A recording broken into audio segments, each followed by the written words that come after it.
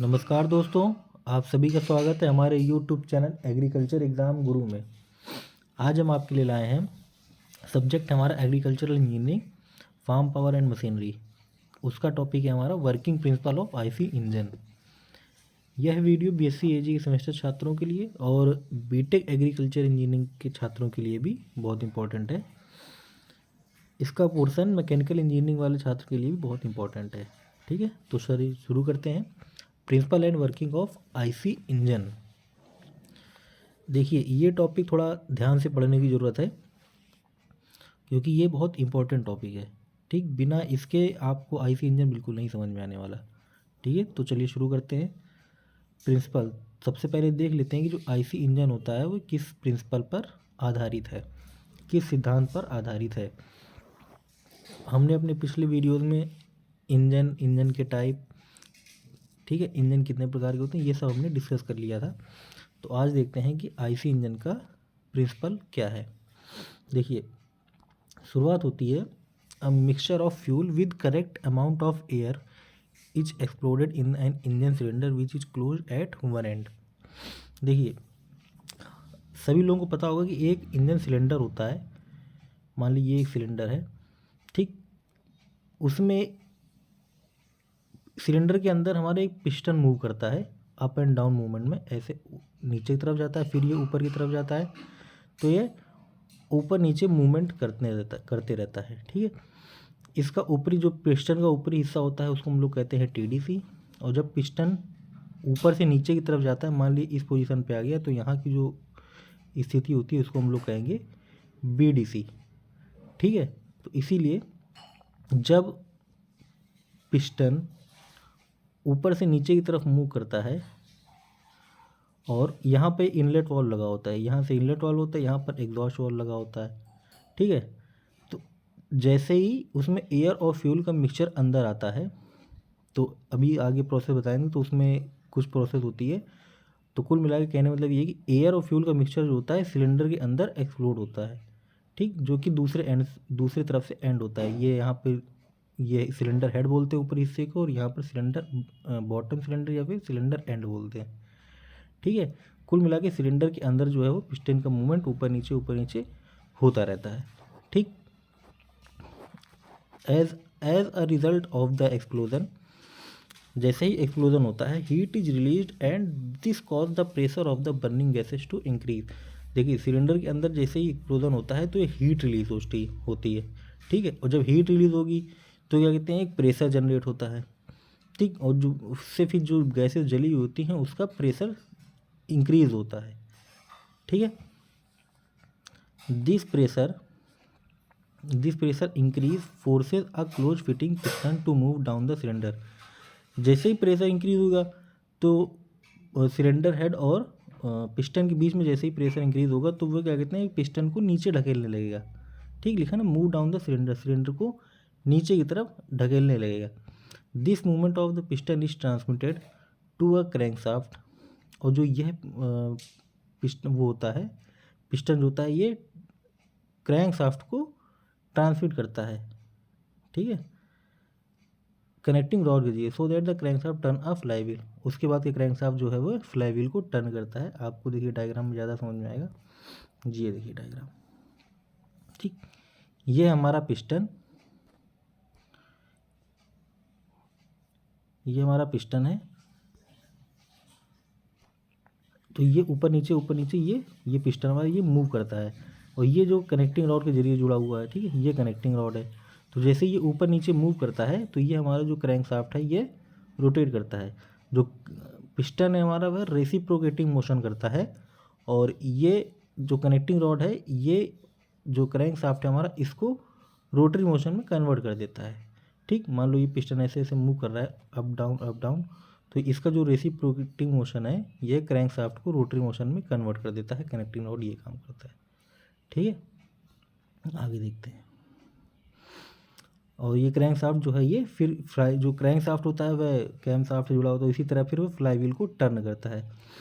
To obtain continuous rotation of the crankshaft this explosion has to be repeated. और जो crankshaft होता है अगर हमें उसका कंटिन्यू रोटेशन चाहिए होता है, तो ये जो प्रोसेस हमने अभी बताई ये क्या कहते हैं, कंटिन्यूअस चलती रहती है। ठीक है, जैसे ही क्या कहते हैं फिर एयर फ्लो मिक्सचर आएगा, फिर एक्सप्लोजन होगा, फिर पिस्टन को मूव करेगा, फिर रोटेट करेगा, इसी तरीके से ये जो प्रोसेस होती है ये कंटिन्यू चलती रहती है। ठीक है, तो ये तो इसका प्रिंसिपल हो गया।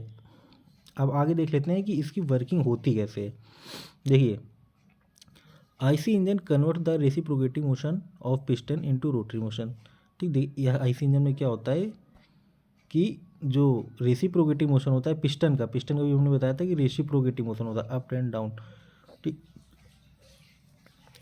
वो इसको क्या कहते हैं, रोटरी मोशन में कन्वर्ट कर देता है। किसको, क्रैंकशाफ्ट को, bye means of connecting rod के जरिए। The piston which reciprocate in the cylinder is very close fit in the cylinder.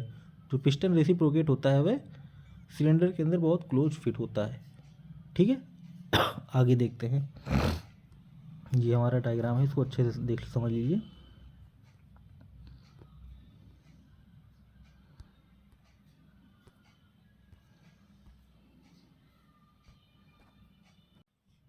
देखिए, ये ऊपर लगा होता है इनलेट वाल्व, ठीक है, और यहाँ पे लिखा है एग्जॉस्ट वाल्व।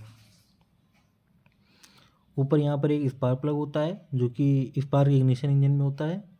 यहाँ से एयर फ्यूल का मिक्सचर क्या कहते हैं अंदर आता है, यहाँ से एयर फ्यूल मिक्सचर अंदर आएगा, फिर यहाँ पर क्या कहते हैं कंबशन होगा, नीचे आएगा तो उसको सक्शन कहते हैं, फिर ऊपर जाएगा पिस्टन, फिर उसको कंप्रेशन कहेंगे, फिर क्या कहते हैं यहाँ कंबशन होता है, फिर इसको ये पावर के रूप में इसको नीचे ढकेल देती है। ठीक है, उसके बाद फिर एग्जॉस्ट होता है जिससे जो जली हुई गैसें होती हैं वो इधर से निकल जाती हैं। तो फिलहाल आप इतना देख लीजिए कि ये सारे पार्ट लिखे हुए हैं इसमें, ये स्पार्क प्लग है, इनलेट वाल्व है, ये एग्जॉस्ट वाल्व है, ये एग्जॉस्ट वाल्व है ये, ठीक है, ये सिलेंडर है ये पूरा, ये पिस्टन है, ये गुडगॉन पिन है जो पिस्टन और कनेक्टिंग रॉड से जुड़ा होता है। ठीक है, ये कनेक्टिंग रॉड है, ये सिलेंडर ब्लॉक है, ये क्रैंक है। ठीक है, तो ये सारे इसके पार्ट होते हैं। आगे देखते हैं।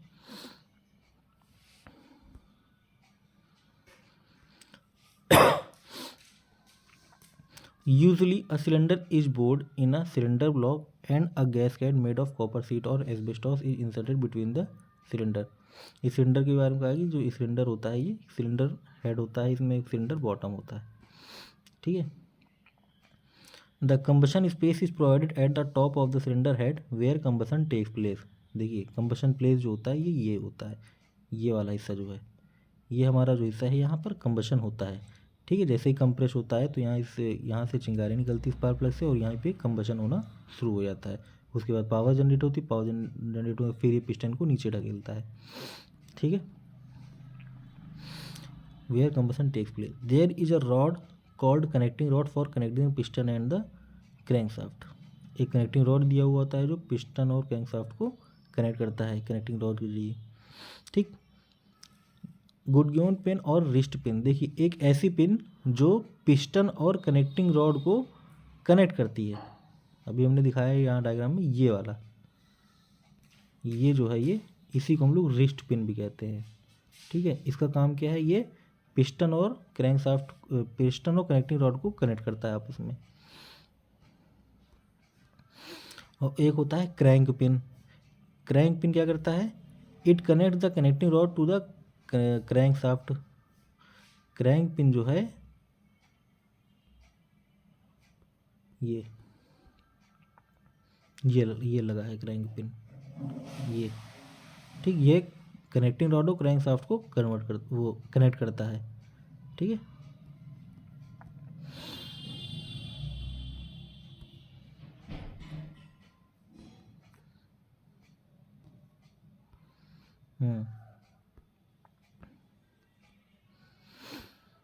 उसके बाद the crank shaft rotates in main bearings which are fitted in the crankcase. Crankcase में क्या कहते हैं कि मेन बियरिंग में क्रैंक शाफ्ट रोटेट करता रहता है। ठीक है, a fly wheel is provided at one end of the crank shaft for smoothing the uneven torque. एक फ्लाई व्हील प्रोवाइड किया जाता है दूसरे एंड पे, क्रैंक शाफ्ट के एक एंड पे, जो कि जो अनइवन टॉर्क हमें मिलता है उसको स्मूथ करने के लिए, जो कि इंजन द्वारा मतलब जो टॉर्क होता है जो इंजन से प्रोड्यूस होता है उसको स्मूथली चलाने के लिए हमें फ्लाईव्हील दिया जाता है। ठीक, और क्या होता है, there is an oil sump at the bottom of the engine which contains lubricating oil for lubricating different parts of the engine. एक ऑयल सम्प भी दिया जाता है इंजन के बॉटम पे, जो क्या कहते हैं कि इंजन की जो अलग अलग पार्ट है उसको लुब्रिकेट करने के लिए लुब्रिकेटिंग ऑयल होता है उसमें। ठीक, तो एक ऑयल सम्प भी दिया जाता है।